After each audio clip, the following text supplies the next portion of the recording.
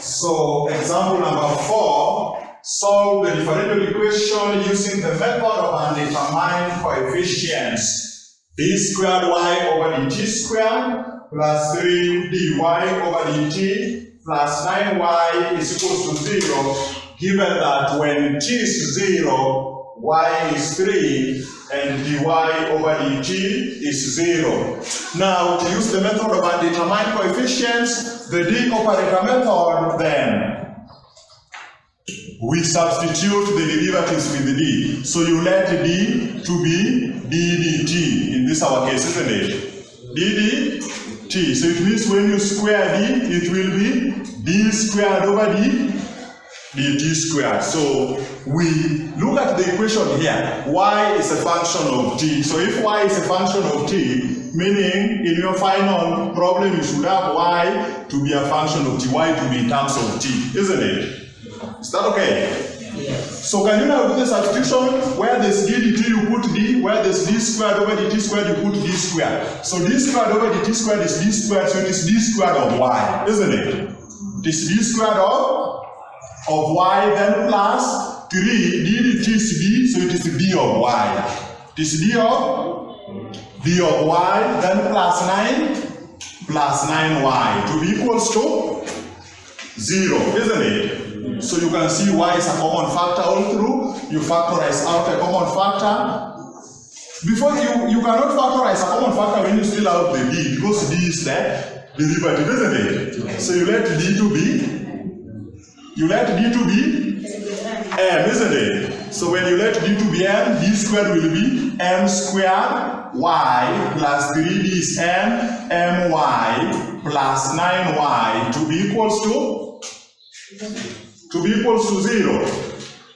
Now after that, y is a common factor. You can factorize out a common factor, so you end up with y into m squared plus 3m plus 9 to be equals to 0. So either y is 0 or the second factor is 0. So this second factor is m squared plus 3m plus 9 to be equals to 0. So this is quadratic, isn't it? It is a quadratic equation. So quadratic equation, you know, you have am squared plus bm plus c is equals to 0. So from there you can see your a is the coefficient of m squared, which is 1. Your b is the coefficient of m, which is positive 3. Your c is the constant term, which is positive 9, isn't it? So using the quadratic formula, what is m? M is minus b plus or minus square root of b squared minus 4ac over 2a. Are we together? So can you now factorize? Can you now substitute, where there is b, you put the value of b, which is positive 3. So negative b is minus 3, isn't it? Yes. Plus or minus square root of b squared. Positive 3 squared you get? Minus 4 times a times c. 4 times 1 times 9, 36. Minus 36 over 2 times a over 2, isn't it? So simplify. What do you get? Minus 3 plus or minus square root 9 minus 36 is minus 20 minus 27, isn't it? Over 2. So that is going to be minus 3 plus or minus j root 27, because minus 27 is square root of negative 1 times square root of 27, isn't it? Are we together?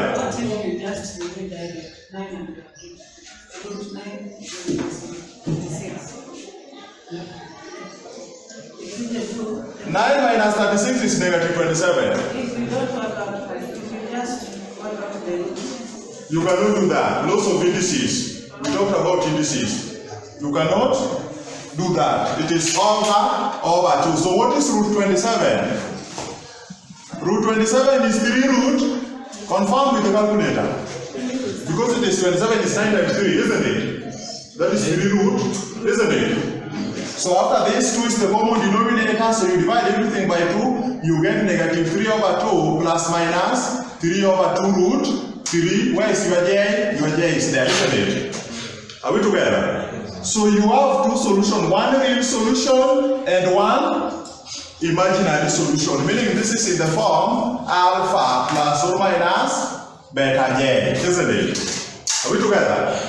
One real solution and the imaginary solution, isn't it? So when you have a real and imaginary, what is the solution of the differential equation?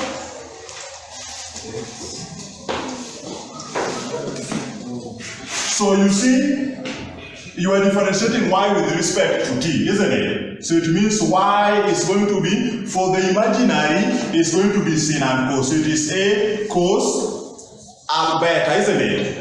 Cos beta t with respect to t plus b sin beta t. You are done with the imaginary. Then the real part, which is alpha, is in terms of exponential function. It is only one, isn't it? Yes. So we have exponential alpha t. So the imaginary and the real. Is that okay? Yes. After that, you substitute your values. What is the value of beta?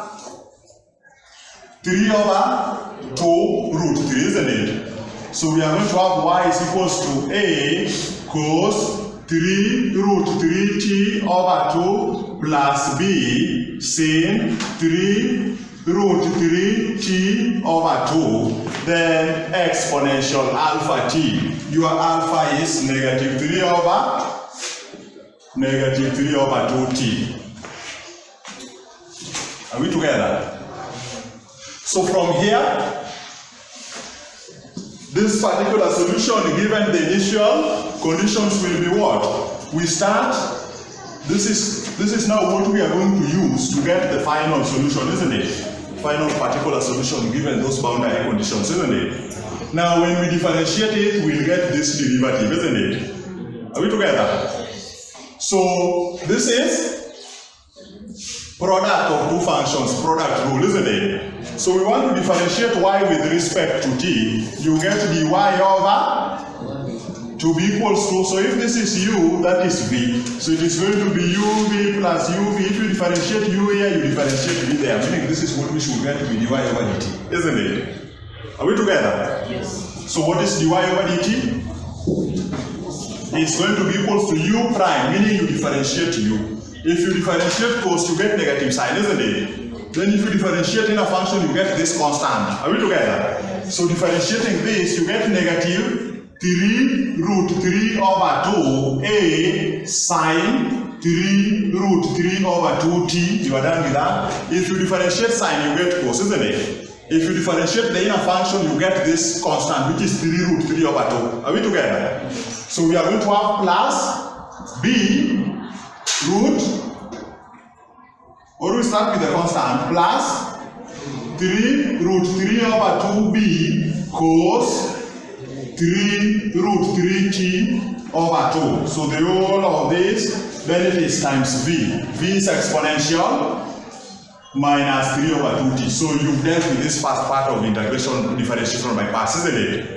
Then it is plus, go on. It is plus u. What is u? U is the whole of this, isn't it? Yes. So can you record u? It is a cos 3 root 3 over 2t plus b sine 3 root 3 over 2t. Then it is times v prime. You differentiate v, isn't it? Yes. If you differentiate v, you get, in bracket, differentiating exponential function, it remains the way it is. Then you differentiate the inner function. Minus 3 over 2t, you get minus 3 over 2, isn't it? Then you express them as a product, you end up with minus 3 over 2 exponential negative 3 over 2t. So you see, you substituted the values of everything in differentiation. The product rule, isn't it? Yes. In product rule. So from there, we now use the initial conditions to get the values of a and b, isn't it? We use the initial conditions to get the value of a and b. So start, the first one you have, start with this, our equation which will form the particular solution. When it is 0, y is 3. Meaning where there is y you put 3, where there is t you put 0, isn't it? So here we have where there is y, we put our 3, y is 3 to be equals to t is 0, meaning we have cos 0. Are we together? And sin 0, isn't it? See, sin 0 is 0, meaning the whole of this term will go to 0, isn't it? Cos 0 is 1, meaning inside this bracket you will remain with 8, isn't it? Then outside, exponential 0, because t is 0, exponential 0 is 1, anything raised to 0 is 1, isn't it? So it means in the whole of this equation we remain with 3, a is equals to 3. Are we together? Are we together there? We are done. Then we go to the second one. dy over dt is equals to the whole of this. So where there is dy over dt, you put this value, which is 0. So it means this is 0. So 0 is equals to, and where there is a, you put the value of a. We already found a to be 3, isn't it? dy over t is 0, t is 0. Where there is t, you put 0. So it means anywhere you see sign will go to 0 because sign 0 is 0. Are we together? Sign 0 is 0. So start with this one. Sin 0 meaning the whole of this term is 0, isn't it? Yes. Then you go to this one, cos 0 is 1, isn't it? So you remain with 3 root 3 over 2b, isn't it? 3 root 3 over 2b, then outside exponential 0 is 1. All this exponential function will go to 1. Are we together? Yes. All those exponential functions will go to 1. So in the first part we have that, then it is plus, in the next bracket, t is 0, cos 0 is 1. Say there. Cos 0 is 1. So 1 times a is a, and your a is 3. You are done with this part, isn't it? Are we together? Yes. Then it is plus sine 0 because t is 0. Sine 0 is 0, meaning the whole of this term goes to 0, isn't it? Yes. Then outside the bracket, exponential 0 is 1. What do you remain with? Negative 3 over 2, meaning you have 3 inside, then outside you have negative 3 over 2. Are you seeing that? Are we together? Yes. So can you now simplify this? So you have 3 root 3 over 2b is equals to, because 3 times negative 3 over 2 is negative 9 over 2. Negative 9 over 2 coming on this side of the equation, it becomes positive 9 over 2, isn't it? So what is b? See, 2 cancels with the 2, you remain with 3 root 3b is equals to 9. You divide both sides by 3 root 3 by 3 root 3. So what do you get to be b? 9 over 3 root 3. 9 divided by 3, you get 3 over 3 root 3. Are you seeing that? If you multiply both numerator and denominator by root 3, that is the same as root 3. If you use the calculator, 3 divided by root 3, so you get root 3. Isn't it? Because you multiply both numerator and you're rationalizing the denominator sides, isn't it? So b is root 3, a is 3. So what is our final solution? What is the particular solution?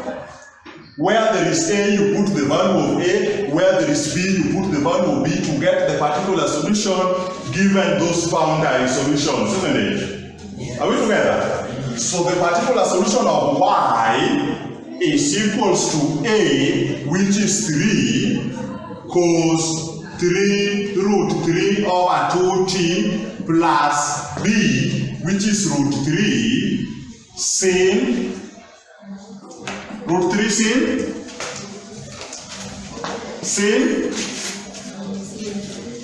3 root 3 over 2t, the whole of that in bracket.